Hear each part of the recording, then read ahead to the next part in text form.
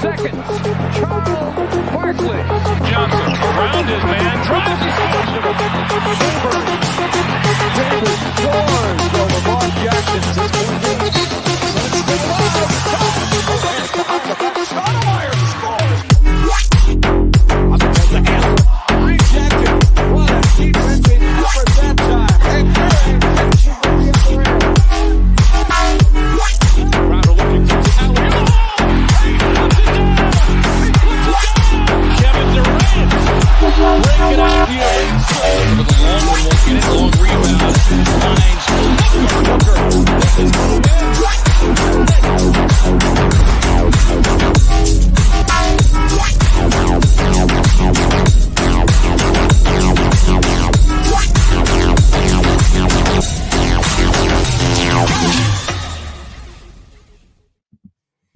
Hey there, Planeteers. Welcome to Sun's Planet. Good morning. No, you are seeing correctly. I am not Jake, aka Fallen Founder. My name is Hamo. I'll be hosting for this very interesting episode of Sun's Planet. So thank you very much for coming along for the ride. We have, like usual, the thriller from Manila. Kev, how you doing, my man?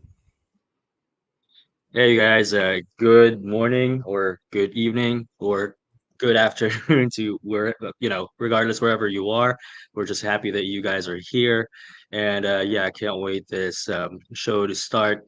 I'm currently outside of my cousin's or my wife's cousin's home. I'm not at home, so forgive me if my background's a little dark, but this is the best that I can get. But yeah, looks like we have a special guest today. We sure do, man. We sure do. Welcome to the pod, our good friend Nate from the Aussie Suns Fans Podcast. No, you're special to me, man. We've known each other a long time, man. We've been doing this a long time, so it's an absolute pleasure to have you on with us, Nate. Man, it's an absolute pleasure to actually have me on, and kudos to Kevin, man. Like we said last week when I met you for the first time on the pod last Saturday. Well, it was Saturday night for us. I know how bad the internet is in Manila or anywhere in the Philippines. Actually, anywhere in the Philippines, the internet is shithouse. So well done for Kev's an absolute superstar, mate. If there's a way to be found, Kev will find the way. Also, I'd just like to thank our producer Josh. He is in the background, the guy in the chair, the eye in the sky, putting together all these drops for us. Thank you very much, Josh. And of course, we are here on behalf of ASAP Arizona, all sports, all plays. So, guys, we'll get straight into it. Quarter one. Coach Frank Vogel is no longer with the Phoenix Suns. That happened very quickly. You know, we know that Matt Ishbia likes his big boy moves, you know, his big dick energy moves, man, and that was one of them. Kev, got to ask, do you think it happened too quick? I think it's I wasn't sure what was going on in the background, really. Why wait for like a few days to fire? How many days did we wait? Like 4 or 5 days after being swept to get that news. I wasn't quite sure if they're waiting on the results of the Minnesota-Denver series. I think they were, given how the Wolves, even though the Nuggets won earlier, they wanted to like assess if it's just Minnesota really playing well, or it's an issue with a coaching staff. So, but I think that's not a good look on the Suns, like having Vogel fired and then in less than 24 hours, there's already like a new potential head coach. That's just my opinion of it. But yeah, I wanna ask you guys about your takes on it. Yeah, definitely. First of all, we'll just ask Nate, did it happen too quick, mate? Did all of this happen as quick as you thought it would? Or did this just happen like that? This happened quicker than I thought it would. Like, so when we all watched the press conference where Ishbia spoke to all of us, right? And Ishbia said, "We're going to take our time. We're going to talk through this. We're going to have our meetings. We're going to go through all this process." I thought, okay, so this could take the entire playoffs, and this might lead into the off season. But hell, to see, what was it, like Kevin said, maybe 5 days, not even. Yeah. After the press conference from Ishbia, where everything was status quo, everything is, hey, we're not making big moves. We're gonna assess everything. We're gonna slow our roll, and we're gonna make some calculated choices. And then all of a sudden, he's gone, and in the exact same moment that he's gone, we've got Mike Bud as our new coach. I'm not going to try and say his last name either, dude. Budenholzer. Let's just say it over and over. I know that Jake's not here, and we know he's of German descent, mate. I didn't want to try and get anything close to that wrong. Mate, the fact that I thought there would be a gap.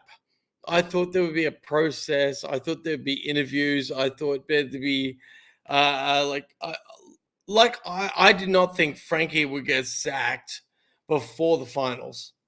Yeah, like Kev said. I thought it would drag out, right? I thought it would drag out, and then they'd say, right, now's the time to announce the sacking. Now's the time to announce, like fucking, how many times have we been through this before where they've gone, yeah, this coach is out. Let's go through the process. Let's interview. Let's throw some friggin' tweets out there and show Sun's family what's happening. But all of a sudden, it went straight from sack to hire. That's the bit that shocked me. It was the fact that there was Frankie's gone and Bud's in, like within 24 hours, straight away. Yeah, and like Kev said, it'd drag out the playoffs at least. Drag out the first round. Sorry. Yeah, but it begs you really the question if were there some talks already happening while we're waiting for Vogel to be fired. You put that up in one of our group chats today, didn't you? Bad look in terms. That's the point, Yeah, I mean, right? That's the point. These conversations, you don't have a new head coach without conversations, interviews. No, let's cancel out conversations. Let's talk interviews. I mean, I'm only like a middle management job, and when I go for a management job, there's 4 interviews, or at the very least 3. So what do you think a head coach that's getting paid millions of dollars is going through? This is several interviews, or it's predetermined. Come on. What are you going to say there, Kev? I mean, it's just this is just my opinion of it. I think it's just not a classy way to treat a coach. If you already had a replacement in mind and then you haven't fired this guy yet, and this guy have no idea. So it really is, we're talking about like being a respectable organization, and this is certainly, to me, not the way to show that. I mean, if you're gonna fire somebody, just tell them on point or on set that, hey, you're fired, and we're looking into going to. They might have told him a direction. couple of months back, mate. We might have seen the result. Remember when the Lakers fired Frank Vogel? I think it was post game that he was asked, or he found out that he was getting fired the next day. So that, to me, it's not classy, but at least the coach know about it immediately, right? Exactly, but right. It's still not a classy way, given that it's the Lakers. They should be a world class organization from top to bottom. But yeah, I don't think they handled that very well. At least from my standpoint, I don't know what happened internally. Maybe Vogel knows already and just waiting for the official announcement. But that's just me. No, you're 100% right, mate. And he couldn't honestly have expected to keep his job after having. You're our stat guy, Kev. I know you're not on your personal laptop, but what was the difference in regular season wins from last year with Monty to this year with Frank? I'm pretty sure I Monty think, had a better record. yeah, I mean, Monty had the Suns at their best, regular season But even he knew he was on the way out. win percentage. Yeah, like I think we had that 64 win season or 62, whatever it is. But yeah, I think with Monty Williams, I think it's just the con- um, continuity, I should say, because we had Continuity. him for like what 3-4 years. Yep. And the Suns really just bought into the system that Monty had implemented, and then you add Chris Paul to that team, and it'll certainly make a difference. So I think that's the main thing. Vogel, of course, you don't have a traditional point guard. I think Or had that there's that stretch Filipino where, there's internet that Manila internet. froze yeah. up a little So bit there. But no, right, well, and you're yeah, spot on. forgive my internet, but Charles is really correct. The main difference is that under Vogel we have 0 playoff wins. At least with That's Monty it. we had that finals run. So that's just the main difference of it. And again, the continuity is the key there. We had Monty Williams for like several years, Yeah. and we had developed Mikal Bridges, Cam Johnson to be like the players they are now today. Stars. So, Well, yeah. Hammer, and can I jump if in? you look at go ahead. Kevin, I just want to jump in on like you've said the word continuity a few times, right? If we listen to Matt Ishbia's press conference, there was, we're bringing this back. We're bringing this back. So we assume everything, all the players plus the coach. You don't sign a coach to a 5-year deal to sack him 1 year later. So Yeah. I'm not completely upset about the scenario, but if you look at it, you think this coach had 4 years left on his deal. The players, like he's got as big a deal as the top 90% of our salary cap in players. So you think when Matt Ishbia says we're going to run it back, you think he's going to run back the coach too. Well, and then 5 days, kind of and took then that 5 more days as later, he's gone. I kind of took that more as I'm not it's saying like make the Suns great again kind of thing. That's what I took away by you saying we're going to bring it back to being the winning culture, bring it back to being the winning team. But it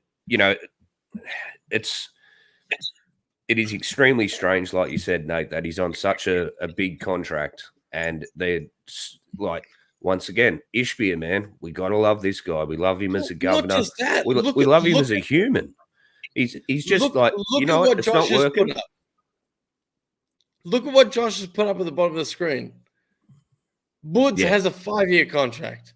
And that was made official approximately about 10 to 15 minutes ago. What is going on that these guys are getting 5-year contracts and sacked after 1 year? Like, if they're not doing the job, mate, I'd expect the same if I wasn't doing my job. They shouldn't be getting 5-year contracts to start with, though. Seriously. No one gave Monty a 5-year contract.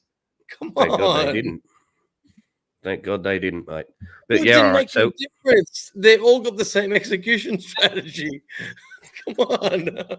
So we're moving into quarter two here, and we'll talk about the signing of Mike Buds a little bit more, which is I've got my personal thoughts, but I want to hear it from you guys first. Kev, tell me what your thoughts are on Coach Bud. And obviously this we've already spoken about the the speed of his hiring after Frank Vogel's firing. So this was extremely quick. But what are your thoughts? Is this the right move for the team at this moment?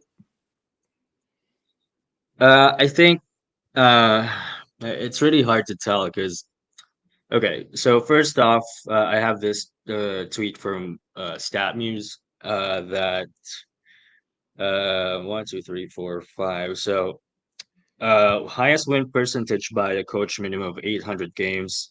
Number one, of course, is Phil Jackson. And then Red Arbach.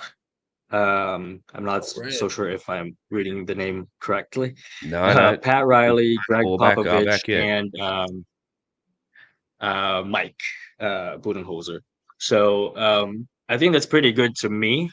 But regardless of the statistics of the coach, really, this thing would not work if the big three wouldn't buy in at all to the system that will be implemented by Coach Bud.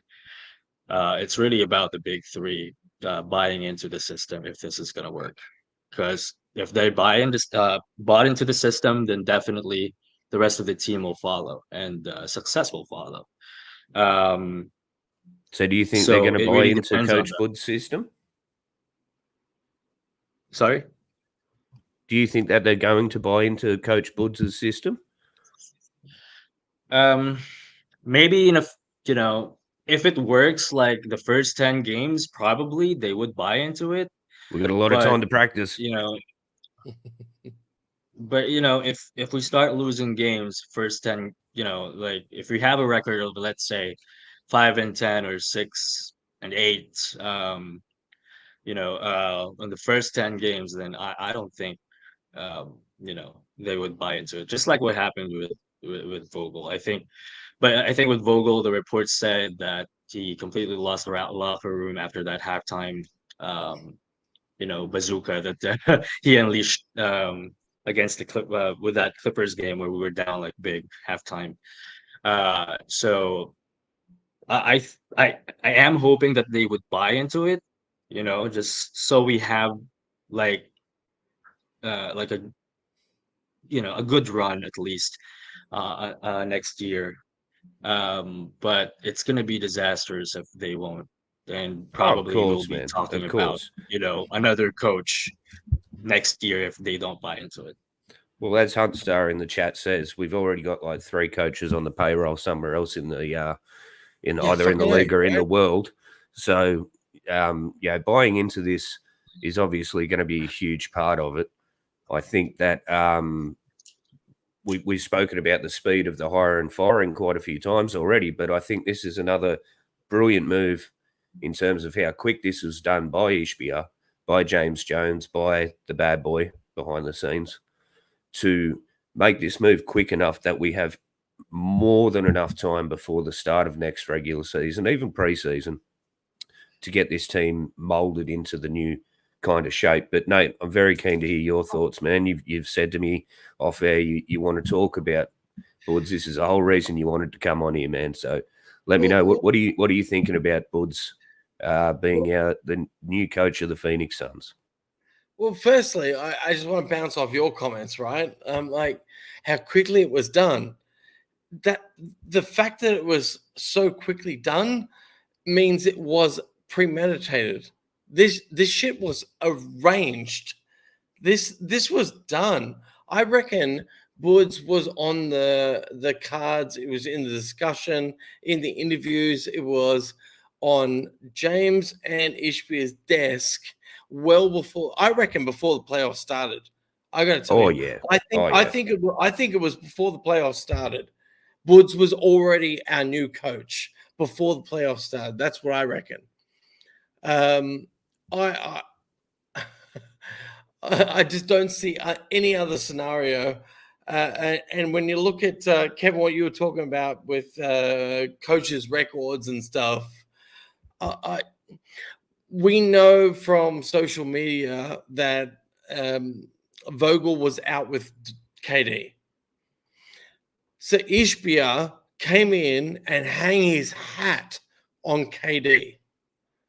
So if your boss comes in and says, this is my move, James Jones, I don't care if you're on board or not, this is happening, we're getting KD. And then after 12 months, KD is not just a shell of his former self. He is as good as Booker for an entire season. You don't think that Ishbia is listening to Of course. KD? Of Of course, course, man. So, like, You're not going to pay anyone that amount of money and not listen to them. so the quick exit of Vogel, given how vocal, whatever you want to say it, Nice. KD was of Frank, that was done. That was done. So that part didn't surprise me. It was the speed of the announcement that surprised me. But getting back to your point about will it work? Again, let's go back to how long these interviews or these discussions have been going on, right? And I'm a full subscriber to say that I think this shit has been happening since the regular season, since before the playoffs. I think all these conversations have been in play, and I think Book, KD, maybe Bill, I can't make that call, but definitely Book and KD have been involved in this conversation before 100%. the playoffs started.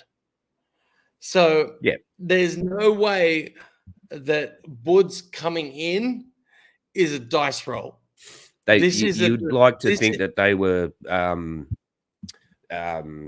asked about it. I can't think of the word off the top of my head now, but they were involved in the situation making. Absolutely, man. 100%. Look, I work in management, and I've got little post-it notes all over my walls of things I want to remind of. I got one right in front of me now. It says, "Be calm, be calculated." You don't think Ishbia did exactly that? He's a calm guy. Be calculated. He was calculated as shit, which means I think this team will follow Coach Bud.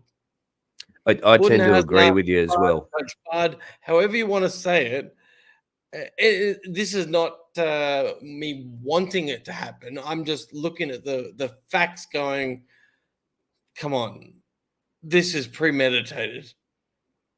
Yeah, Ishbia did what he had to do in order to come in and make a statement to the fans, show that he was going to change the culture. He was going to, swing for the fences. We've known that from the start. And like the comment that was just up there before from Mr. John Voider from Suns Jam Session, Bright Side of the Sun. Check him out, guys. They got the absolute best post-game pods around and still doing a lot of content in the off-season too. Thanks for being here, John. Thanks to everyone for being in the chat. Really appreciate you getting here. But yeah, no, Coach Bud, I really think that you're right there. I think the strategy, the meetings have been in place in dark corners with cloaks and daggers and little funny fedoras. Definitely daggers. Definitely daggers. Some little manila folders being handed back and forward. That's not a racism joke there either, Kev, just to be clear. Some little those yellow manila folders being handed back and forward. There was some behind the scenes moves being made a long time ago. But I'm starting to get a little bit thirsty, guys. You guys feel like a drink? We might go to the club. Shanker, it's midnight here, man. I'm drinking. I think it's about time. I don't have a drink. Well, I'll tell you what. I'll have your one for you. So, Eye in the Sky. If you've got that ready to go, mate, let's go to the club. Boom. What's the name of that nightclub of yours again? You talking about the Boom Boom Room? Yeah, the Boom Boom Room. That's it. Funky. Yeah. Funky. Yeah. Funky. Yeah. Funky. Yeah.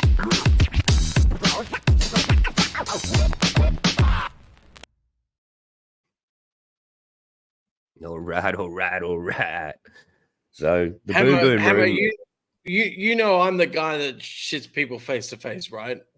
Yes, if sir. I've got something to say, I do it to their face, right? So I'm upset that Jake's not here tonight, so I can't shit on him to his face. But all that fucking Patrick Beverly, the Patrick Ewing shit. Sorry, Patrick Beverly. All that Patrick Ewing it's shit. taken Oh my on a god! life of its own, hasn't it? It's taken Oh on a life my of its own. god! My god! Come on, that's been fun. That's been fun. He was pushing that. He was pushing that, and I wish he was here so that I could have a slander and a drink. Of course. Juan Carlos, thank you very much for popping in. Juan Carlos from the Chile Suns. Check him out on Twitter. He's absolutely beautiful human. I love JC. Thanks for being here, mate. But yeah, the Boom Boom Room was originally created for basically focusing around Devin Booker. You know, what's happening with Devin Booker and his crew. You know, what do you think they'd be, sagging in the club talking about this week? And this week, I thought we'd be talking about the very either happy coincidence or the subliminal message that our main man, Devin Armani Booker, put on Instagram almost instantly after Buds was hired as coach.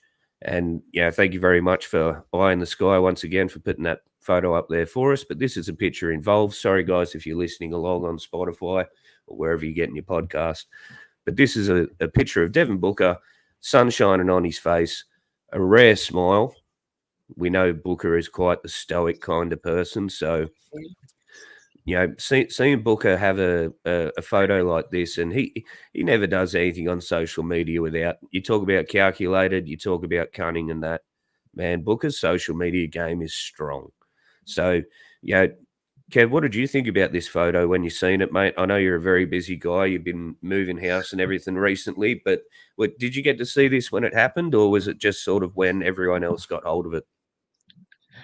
Before I answer the question, I just wanted to say that for Voida and the Suns Jam, I wanted to thank you guys for that last episode that you had, because it really taught me a lot about the situation of the Suns in terms of the cap space and who's the ins and outs and of the second apron. But there's still much to learn about that. But I wanted to thank you guys for putting out that content. Can't wait for your Trade Machine Mondays. I'm starting off with GD this Monday. True statements. True statements there, Yeah. Kev. The Suns Jam guys do an thanks for amazing giving job. me the tip. Yeah, thanks for giving me the tip, Hamo, because I was so busy. I haven't checked my YouTube at the time. So, but yeah, on that photo alone, if I'm to decipher it, it's just like, hold on, Suns fans, we have a new coach, and we'll see how this goes next year, and the Suns looking bright for us. That's basically the Sun message that I shining got. on Booker's face. Yeah, just hold on, and they got us basically, is what he's telling us. I don't think there's any knock on Vogel, but I think that's just it. No other cryptic messages over there. That's just me. That's just you, Nate. What did you think when you saw it, mate? Did you think what I think? I like a bit of a theory, not conspiracy theory, but I do like theories. I'm a Marvel Comics nerd at heart, so everything about that's based on theory. You got a picture of Booker, man, what looks like the sun's starting to come over his face, like he's getting excited. It's a new dawn. It's a new day. He's smiling. I know he's got that. I know that name of the jacket he's wearing. I don't know what sport it is, but I know the name. And he's. We got a picture of Devin Booker smiling, for Christ's sake. That's a nice. Talk to me, Nate. Talk to me, Nate. Let's do this in 3 points. A, fucking beautiful that we've got a picture of Devin Booker smiling. Amen. Secondly, all right, let's. I'm going to try and break this down completely rudimentary, right?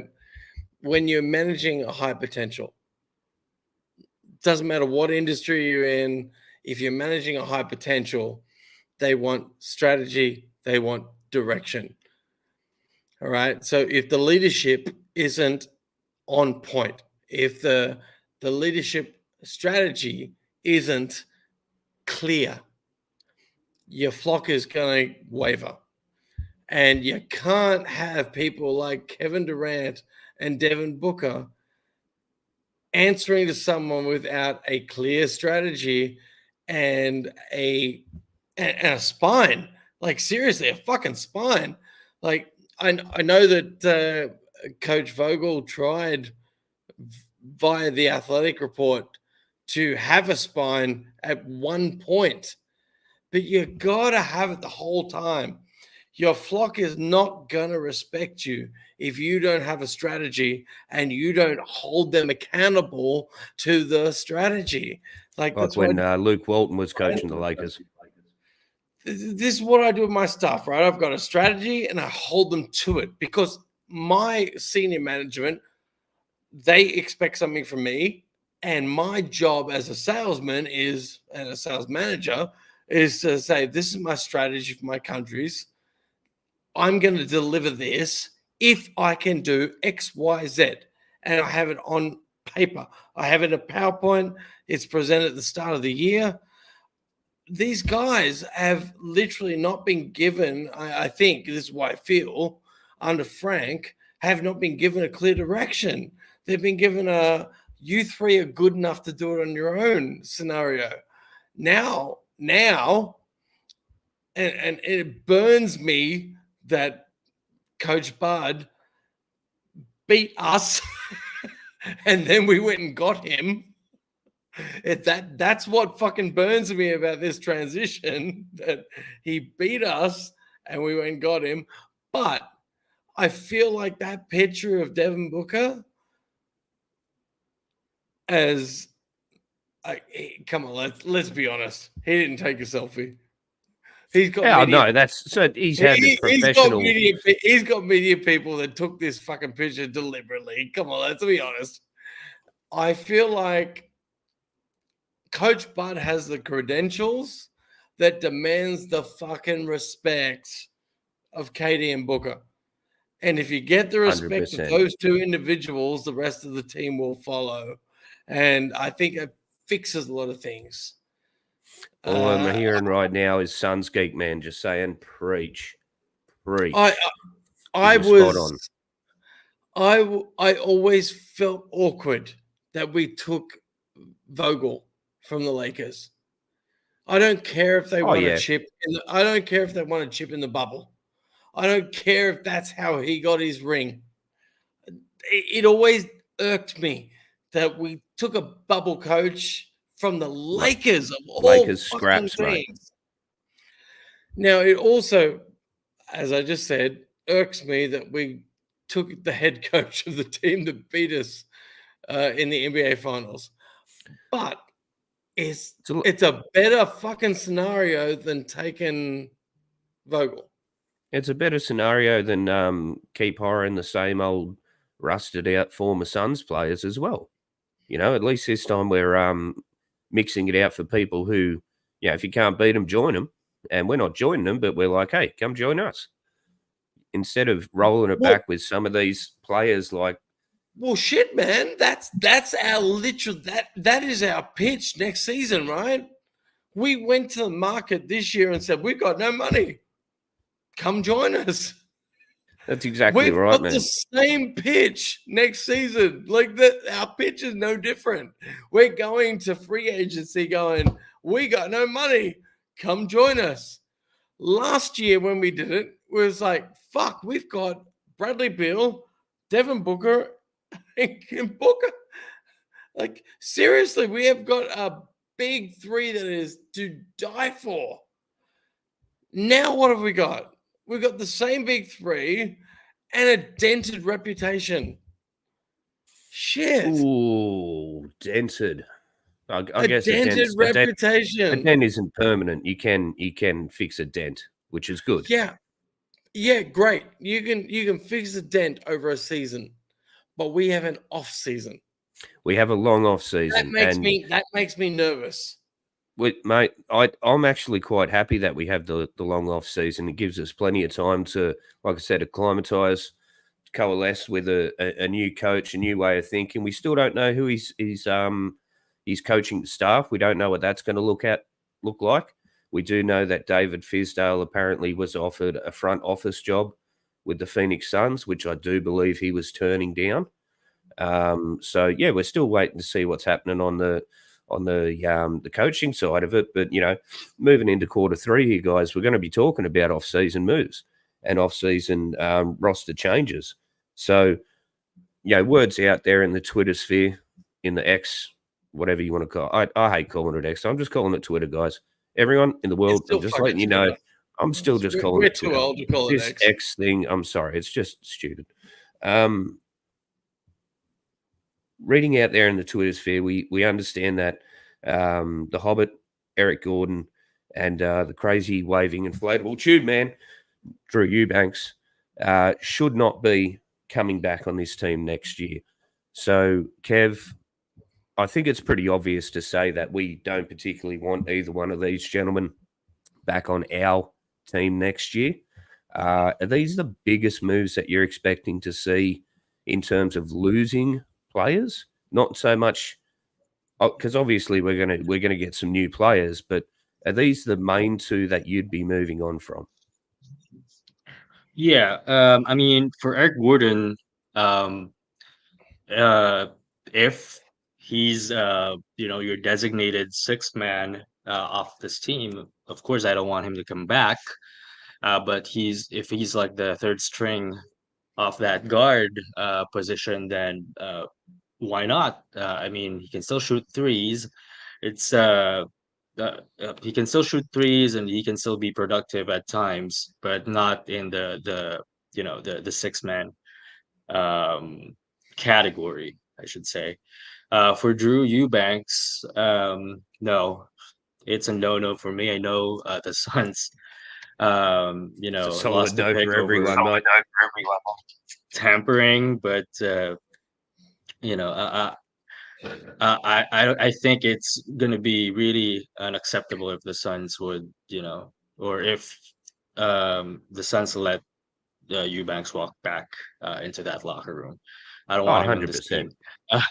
team. But in terms of moves, again, I'm not really, like a cap guy or something. Although, again, I listen to You're my stat man. What are you talking about? You mean not a cap guy? You need We to, pay you so much money, you Kevin. need to drop that. You need to drop that hammer like this. I'm a stat man. Yeah, it's in the works. It's in the works. Trust me. It's been in the works for a while. But no, but, like but yeah, I think there are a few out there that are low cost. You know, um, how do you say this? Like high low reward, cost, low risk. low risk Yeah. prospects out there. I've seen Mo Bamba's name kind of being floated around. That could be Has like a, played with Bol a before. good project for the Suns. He's long. He's although he's injury prone, but he's long and he shoots. There's a plane right there. So I'm sorry if you can't hear me. But yeah, Mate, you do an Mo incredible job. Bamba, Thank you. he's long. I think he's shooting 36% from three, and it could work into Coach Bud's system because it's 5 out. All players normally are in the perimeter, and then probably get some guards out there that are low cost. I haven't seen the names yet of potential candidates. I would really love them for them to get a backup point guard this off season. Backup, Not starting, but a backup, yeah, just a backup a backup. point guard. Hang on, What Kev. about Don't give away. What about- Don't give away all Hold the on. eggs just yet, mate. We got a long off season. Yeah, hold on.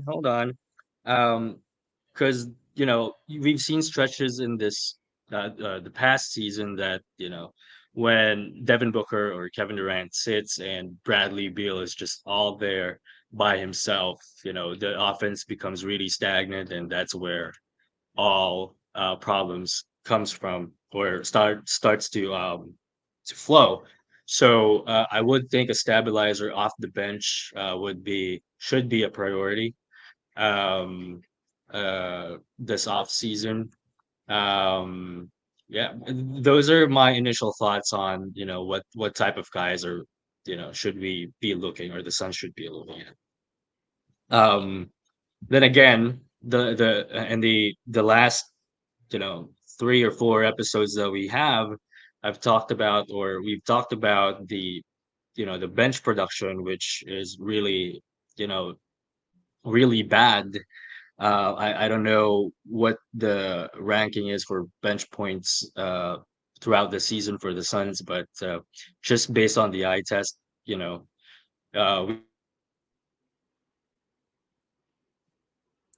Oh, That's that the Philippines, man. that plane That must is the have crashed into Philippines. his cell phone tower or something. His This is why Wi-Fi's I gone. never do a pod with our old crew. You said that the Uh, other week, man, and you spotted. Hey, look, I'm not to, podding in the Philippines. to Kev's credit, man, it is also about 1:30 in the morning over there. I Yeah, do same believe. time as So, me, man. Same time as me, man. It's 1:45. oh, there you go, there you go. But Nate, he spoke a lot about potential acquisitions in the Well, off season, I and I want, really wanted to hang on to that for another episode because we're struggling for content a little bit during the off season sometimes. But maybe. Gordon and Drew Banks are on their way out. You can see down the ticker there, Gordon averaging 11 points per game, Eubanks averaging 5 points per game, and looking like an absolute muppet while doing it. So I've those got my two, opinions on both of those we're gentlemen. okay. What are we doing, Nate? Are we moving on from those two? All right, let's talk Drew Eubanks to start with, right? He was brought in to do a job. He kind of did the job, but it didn't impact results. So, yeah, you have to say you're the tradable asset or you're the out the door. Either way you want to look at it. He came in and he didn't impact results. So goodbye, Drew. Yes, sir. You want to talk about Eric Gordon? This franchise tried so hard for so long to get this guy, and maybe he came in being a little bit old, a little bit blasé, with a fucking soft leadership in Frank Vogel. We put a lot of eggs in the Eric Gordon basket. I mean, he was meant to be our savior. He was meant to lead this team. But maybe that guy wanted leadership in himself. Maybe he wanted a coach that went like I think I've said on a previous pod that we needed a militant coach. Not someone that was going to be taking exceptions. Not talking about personalities, not talking about feelings. Someone that was just going to go, this is how it effing is. Boom. Do your. I'm aware I'm not on my own with the Aussie pod right now. Go for it, mate. I'm trying to hold my language. There's only Aussies on this pod at the moment. Go for it. Let's be serious. Somebody needs to say, do your fucking job. It is a statement that needs to be made. Do your fucking job. The problem is if the people don't respect the person that's saying it, maybe they're not going to perform as well. And now there's been a lot of talk about Eric Gordon being better as a starter, not performing as a second unit guy, but maybe it was leadership. So I'm not completely on board with dismissing Eric Gordon. Drew Eubanks, yes.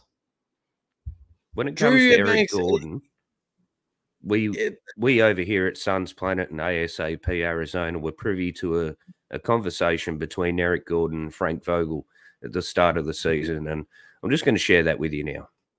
Based on a book by J.R.R. Tolkien, a new movie from Peter Jackson. Eric Gordon starring as Samwise Gamgee and Frank Vogel starring as Frodo Baggins, the Lord of the Rings. I can't carry it for you, but I can carry you. Come on! Now, that is so sad. That's possibly the last time we're ever going to see that drop, because that is amazing work. And unfortunately, nothing ever lived up from that statement and that conversation that we were privy to, because Eric Gordon was supposed to carry the team, carry Frank Vogel. I actually had money on Eric Gordon as sixth man of the year. How freaking stupid was I? When we signed him, man, I even told my boys at work. I said, he's paying this much, man. He's paying this much for sixth man of the year. Get on it. Nah. Gordon and Eubanks are going. It's going to be very interesting to see what's going to happen with people like your Damian Lee. I've got an article coming up on ASAP Arizona regarding people like Damian Lee. So we're going to be diving into that further in the off season. But, you know, the moving on from Gordon and Eubanks is essential. Gordon, once again, I can't remember what group chat I read it in, or who actually posted it. So if you know who you are that posted it and you're in the chat, please pop it up. But Eric Gordon went from a drive to the rim, a dunk. You know, he hasn't dunked in 5 years. He went to a mid-range three-point guy, started falling apart there. It just didn't work out. It just didn't work out. We've been hunting Eric Gordon for so long that we got his tail end. Yes. And then we put him with a pussy coach. Come on. I'm not saying bring him back. I'm just saying we did not give him the best scenario to achieve for us. Oh, totally. Look, if you flash back to a few episodes ago, folks, we had the former Phoenix Suns player and Irish national Pat Burke on our pod, and we learned a lot of beautiful, amazing inside information from Pat regarding Robert Sava, Ryan McDonough, things like that. But one of the things I took away from that pod is, and I think it's a personal favorite saying of Pat, is time, space, and information. And the time, space, and information around Eric Gordon wasn't what we were expecting, wasn't what we were hoping, didn't even come close. Flashes of brilliance. But then again, hey, Drew Banks came out and had a few stellar couple of moments as well. So we're not going to completely write him off. But he at the start, he showed a little bit of brilliance. But it dwindled very, very quickly. Hammer, let's just be seeing there's only two Aussies here, right? Before Kevin jumps back in. He's back. The epitome of any brilliance is consistency. We search in, for me today, I went to the bowling alley today and I bowled 9 games just trying to find a consistent game, right? And I can't find it. We're talking 10 pin. I'm not a bad bowler, but I've got my goal is 150 average. And when I'm bowling under it, it's because I'm inconsistent. And that's the same thing that we expect from our players, right? Consistency. Drew Eubanks, fucking Eric Gordon, we want consistency. We want to know when we put you on the court, you're going to give us the same thing every fucking time. Well, we want that. Apologies on your part for my language. No, not a problem, dude. Look, and that we want that from all players. Basically, we want everyone to give us consistency, but we've got to be realistic, man. We are all human. Well, as far as I know, most of us are human. I know my hat keeps. Yeah, but we're not getting paid $7 million a year. Okay? No, we're not. But in the end of you things, and me are getting paid normal fucking salaries. These guys are getting paid $4 to whatever $1 million per year for a reason. You should expect some level of consistency at that salary. 100%. But all I'm saying is everyone's allowed an off day. We've all had off days at work. We've all had off day. Season. Yeah, fuck me. Yeah. I'm not sticking up for Gordon. I'm just saying in generalization, everyone can have an off. Booker will have an off day. KD can have an off day. It happens, unfortunately. But the main question I really wanted to ask, all of Suns verse everywhere. Kev, can you hear me? No, that wasn't the question I wanted to ask all the Suns fans, but I just wanted to see if he could hear me. Oh, he's there. There he is. I am All right, here. Kev. So There's that Filipino internet. the I position know that it we better were than in, anyone, brother. the position that we were in since the last pod a week ago. There's obviously been a lot that's happened in the last 7 days. How do you feel right now, Kev, compared to last week?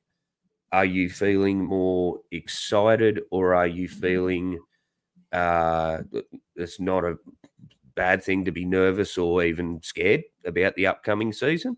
But I just want to hear, how do you feel right now compared to this time last week? Okay.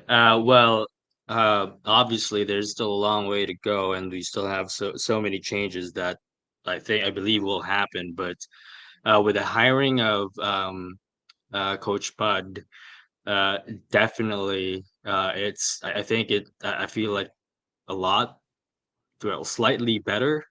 I feel like we have a good offensive coach that will,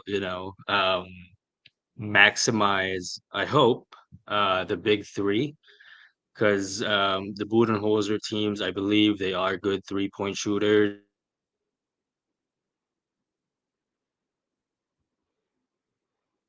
Oh, we've lost Kev again. Man. Bugger. All right, look, I'm just going to pass the.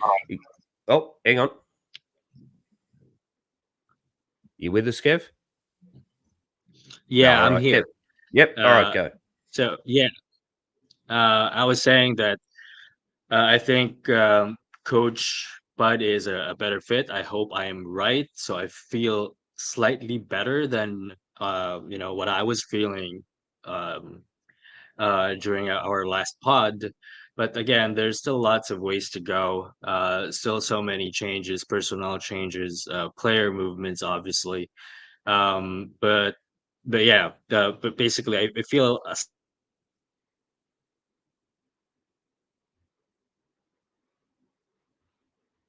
Oh, dead air.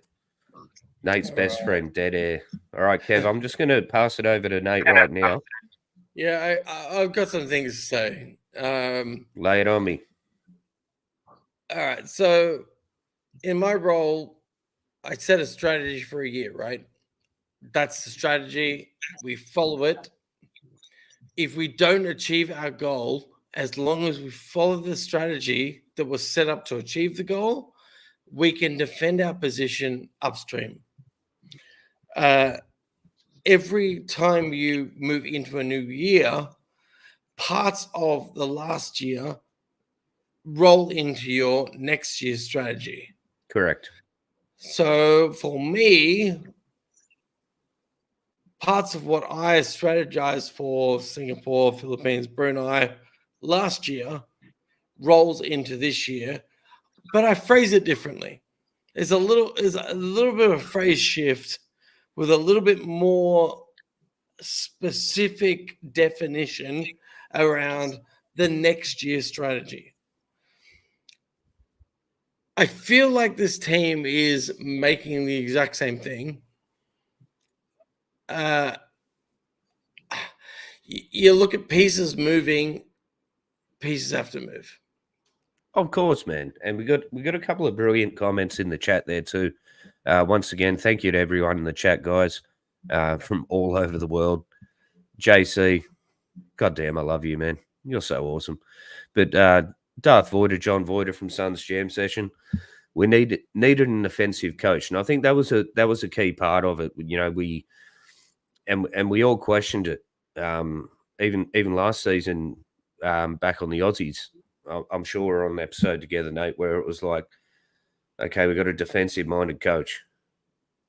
We don't have any defensive players. Is he going to turn them into defensive players, or is this just are the wheels going to fall off? I actually remember this episode, and DeAndre Ayton was still on our team when we were having this fucking conversation. So we were having this conversation and when DeAndre Ayton was still on our team, and we're like, does that fix it? Because we just signed into a max extension, and now we've got a center defensive coach to work with this player, right? And then we traded him. So And I JC's remember comment that there too, mate. episode. Vogel was unable to create a system and play that maximised the potential of his players. In fact, everyone underperformed. Now, if you read that, you would think that my brother, Juan Carlos Araneda, I hope I got that right, JC, you'd think he wasn't a real Suns fan, but this guy has so much passion, so much love for this team, as much as anyone I've ever encountered in my lucky time to be doing this thing.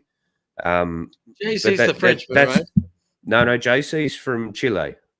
Chile. JC's from Chile. Isham was from France. JC's from Suns Chile, Phoenix Chile Suns, I think is the Twitter handle. JC, please throw your Twitter handle up there, mate, so I can share it out there to the world. But he's exactly like I said. Doesn't sound like he's a true Suns fan when he says things like that, but he is a true Suns fan. You know what? He's right.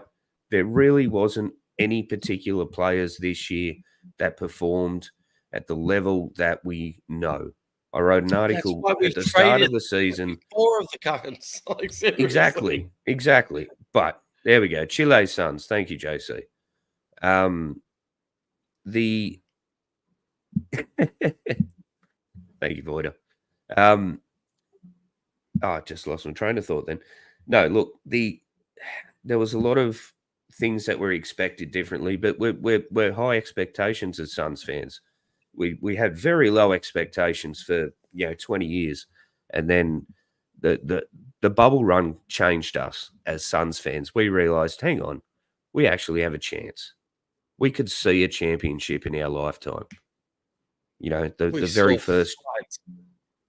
Sorry, mate. We saw fight. We had to go. What was it like? Something.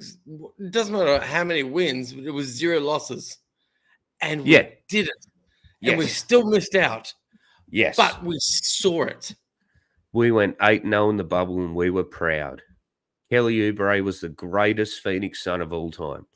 Oh, tsunami, papi! Oh my God! No, look, that reignited. Come on, Nate. We've been doing this a long time, mate, and you saw the jump in viewership, the jump in membership, the jump in community and everything, especially just with the Aussie Suns fans and what we were doing at the time. You saw the jump during the bubble period. There was a lot of people very excited for what we were doing, and we've held on to that kind of that hope, that what if, that 30 for 30. What if I told you? You know what I mean? We've held on to that. I look at it very differently, my friend. Talk to me, brother. So let's start with context. Context was the world was shut down. We had nothing else in our lives. It was a different time. But rolling back to where you're getting at, we saw our team be different. We saw our team perform different. And I don't necessarily think you need to attribute it to the bubble. I think there was an evolution of growth. Like this, that's redundant in its own statement because evolution. I know what you're trying to get at. We grew, and then unfortunately we changed. I think we missed an opportunity to harness what came out of the bubble. That's my personal feeling.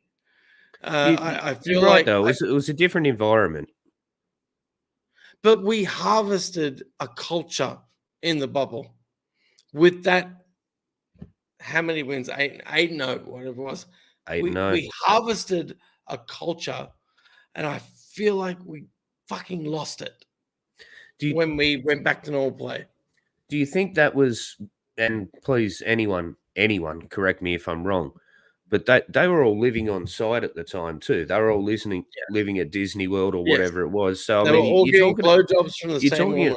You're talking a much. Come on, we've all seen the Instagram post, Hamo. Don't phase away from it. There was wasn't a where I pass was. around.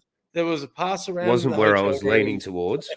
However, what I was getting at, like, obviously, you know, if you've ever done like fly in, fly out kind of work, or you've ever worked in a team environment where you also live together as well, there's a different camaraderie, a different bond that can be created and sustained in that environment.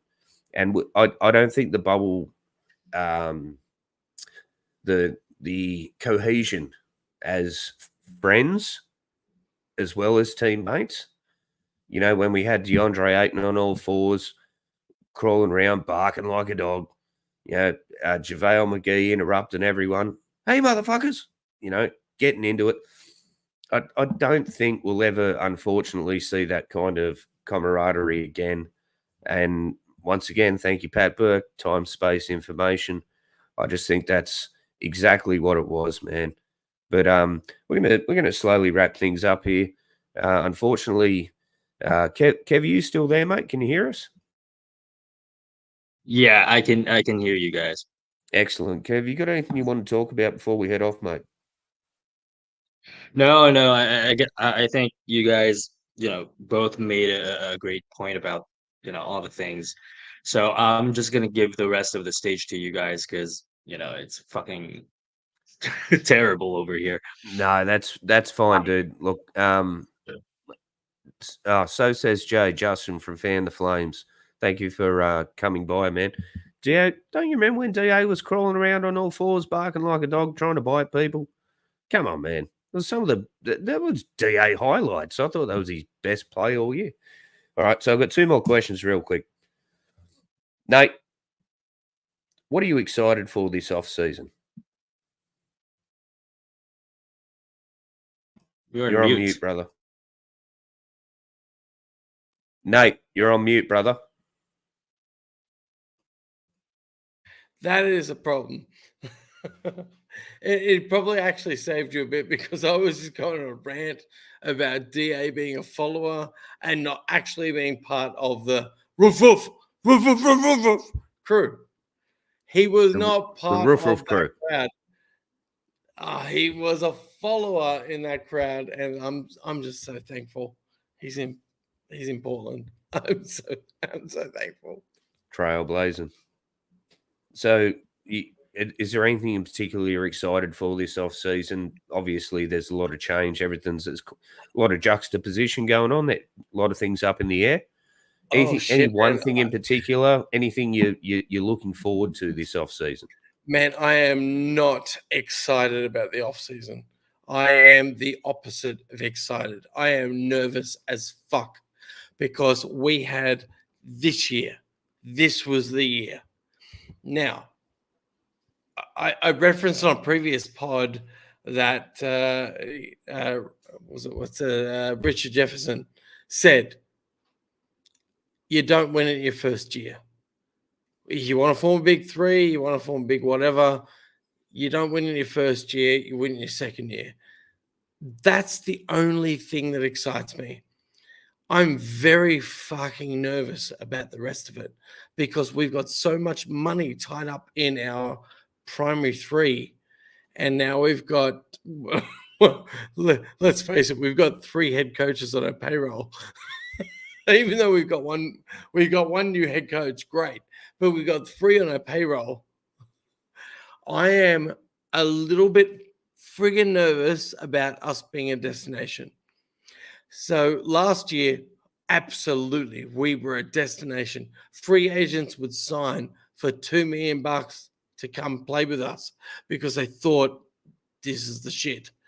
I'm a little bit nervous that this year people won't have the same vigor. I don't think we're going to attract the same energy. So I'm not excited. I'm nervous. Well, that takes away my second question, but thank you, Nate. Kev, if you're still with us, mate, what are you most excited for in this off season? Is there something you can see in the pipeline? Is there something that's already happened? Whether it's the hiring of Coach Bud, whatever we're going to decide to call him. What are you most excited for the off season, Kev? I think I'm with, although I'm slightly optimistic, but I think I'm with Nate here. And to the point of Mbappe, the last pod, I think all of the guys and the team, including the big three, had lowered their value in terms of their play this last season. But still, they are Kevin Durant, Devin Booker, Bradley Beal. There should be some intrigue in playing with those guys. But I'm slightly optimistic then. Oh, Oh, fuck, poor Kev. Kev. I want to hear what you've got to say, Kev. Damn your Filipino internet. Poor Kev, man. Kev's trying his best here, guys. But yeah, we'll start to sign things off. Kev, if you come back, mate, just chime in, please. So I can let you finish off because we all love what Kev's. He's our stat man. Our stat man. And look, I said last week when you invited me onto your mega pod last week, I work in the Philippines. My favorite part about the Philippines is that it's a national sport, and these guys everywhere take it so seriously. I go there, and my distributors that I work with have a basketball court on their roof. I play basketball with them on their roof. That's dope. Every pub you go to had not just NBA TV, it's NBA Philippines TV. They've got their own NBA TV channel. It's not like the rest of it. And I'll tell you what, while you're on that quickly, so seriously. NBA League Pass, you are very, very close to me not subscribing next year. You are terrible at the moment. Kev, you're still with us. That's a Microsoft thing. Finish it off. Go on, Kev. You there? Yeah, I'm here. What was the question? Sorry. No, just finishing off, mate. You're excited. You're about to talk about what you're worried about for the off season. Bugger. I'm going to stop asking Kev questions. Oh, there he is. So yeah, slightly optimistic, but I am nervous as well. Because to Mbappe's point last week and to Nate's point today, I feel like all of our guys have decreased their value. But again, as I've said earlier, I don't know if you heard it.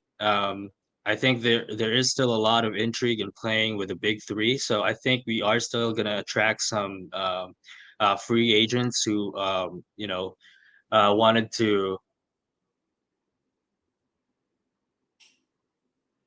Oh man, I really wanted to hear that. Kev, I really wanted to hear what you had to say, Kev. Hang on, he's still there. Yeah. Kev? Yeah. I'm not sure if you heard anything I said, but every time you get to a poignant point, mate, you drop out. Yeah. Oh gosh, this is awkward, but yeah. I wanted to say that there should still be an intrigue with playing with a big three. Although I believe the team really had decreased their value in terms of. Yeah, Kev, you keep dropping out, mate. We heard most of it, mate. The teams drop their value. You're very apprehensive. If you got anything to say, mate, just put it in the private chat there, and we'll chuck it up on the screen. But I'm going to start to wrap things up here anyway, guys. This is thank you very much for staying with us. I've never actually hosted a pod before. Well done, I've been quite nervous this whole time. Thank you very much, Nate. Not looking for love, but just thanks for bearing with me, guys. It's very hard to do this when you've never done it, let alone at 2:00 in the morning on a Sunday when Hammer, it's pissing down rain outside. Time, mate. I've known you a long time. You've done a very good job. You've done a very good job, sir. Thank you very much, sir. I really appreciate that. Kev's just saying what he was trying to say, that the guys have decreased their value and attraction. Look, I think that's spot on. Everyone that played, yes, Voider, it was fun. Yeah, it was a lot to learn. Thank you very much for being here, John. Look, there is a lot to unpack on what Kev's saying, and we're going to get back to it next week as well, or maybe midweek, guys. We don't know. We're going to pod next, but thank you everyone for stopping by here. Thank you very much to Kev. You can follow him at I'm Kev Salute. If that's wrong, please tell me, because I'm pretty sure it's right. Nate, you say it like that, now I do. look at that. That's so kind of you. I'm guessing that. I hope that's Josh putting that up. Ammo wins podcast Rookie of the Year. Well, the season's over, mate. The awards have been announced, but thanks for the considerations. Nate, Aussie Suns fans, Singapore slinger, where can we find you, mate? Well, you'll find me 2 hours behind all the Aussies because I obviously live in Singapore. It's extremely fucking hot here. I'm at Nicky's Falcon on the social medias, and if nobody got the reference, GCU, this is a Dan Marley jersey. Nice. To the core. I'm Dan Marley Very to the nice. core. I'm Dan Very Marley to the nice. core. So I got a minute or two here that I never normally get to. I'm a very heartfelt person. We all know this. People like Boyd try to chime me down because of my ways. I'm not going to say the words that Boyd normally says because I give too much love out there. But I'm a loving guy. I'm a very thankful person. And I just want to, while I have the opportunity, say thank you to a certain few people out there.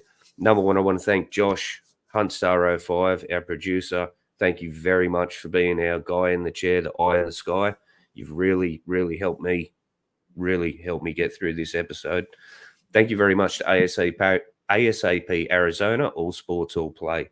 You can find where myself, Kev, Josh, Jake, there's a lot of brilliant people over there doing some articles, doing some brilliant things. Just scored a real big deal with the Phoenix Mercury, which is amazing. Kev, absolute pleasure to have you on here, man. Thank you for dealing with me.